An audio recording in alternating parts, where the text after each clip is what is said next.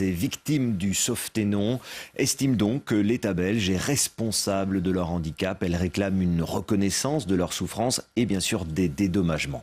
Nadia Bouria et Steve Daman ont rencontré Martine, c'est l'une des victimes du Sauveternon. Martine a été ce que l'on a appelé un bébé Sauveternon. Ces bébés frappés de handicap à cause d'un cachet prescrit à leur maman contre les fameuses nausées matinales. Très vite, la petite fille a compris qu'elle n'aurait pas une vie normale.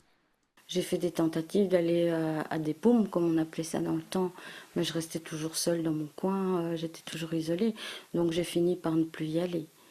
De voir les autres évoluer autrement, je me posais beaucoup de questions, je me demandais ce que j'allais devenir. Martine a aujourd'hui 51 ans. Jusqu'ici, elle s'est débrouillée, elle a fondé un foyer, mais depuis une dizaine d'années, son état physique s'est dégradé à cause du Sauveternon. C'est-à-dire que nos corps n'ont pas été fabriqués de la même façon que n'importe quel corps. Et donc il y a une usure prématurée tout simplement parce que chaque geste est démultiplié.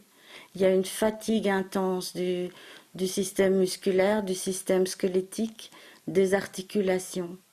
Et aux yeux de Martine et des autres malades qui ont rejoint son ASBL, c'est l'État belge qui est responsable. Début des années 60, il n'a pas retiré assez vite le Sauveternon de la vente, alors que les signaux d'alarme existaient déjà. Moi j'attends de ce procès qu'il y ait enfin une justice.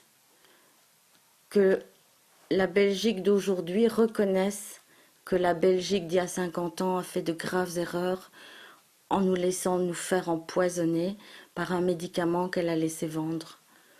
Sans contrôle, sans se poser de questions. Martine attend que justice soit faite pour s'offrir, dit-elle, une fin de vie digne.